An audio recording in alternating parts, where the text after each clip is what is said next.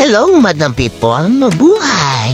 Tara, samahan niyo ako magluto ulit ng pritong bangus at papel.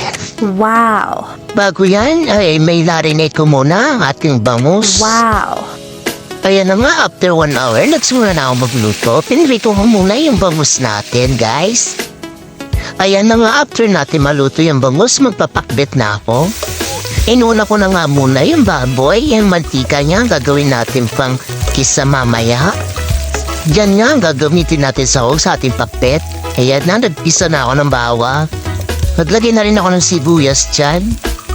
After niya, naglagay na rin ako ng kamatis. Basta piprito kami, laging may partner na gulay. Ayan na nga, after natin mag-isa, lagyan na natin ang ating gulay. Kayo ba guys, anong pinapartner nyo sa prito nyo? Gulay din ba? Ayan na nga guys, naglagay na akong bagong isda. Yan ang mapapasarap sa ating pakbet.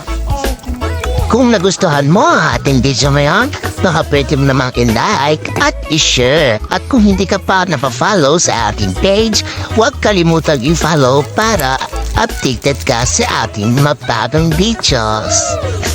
Pakuluan lang natin. Ayan na nga guys, at tuto na ang ating pakbet. Wow! Paniguradong mapapakain ka pag ganito ang ulam mo. Kain na guys. Thank you for watching.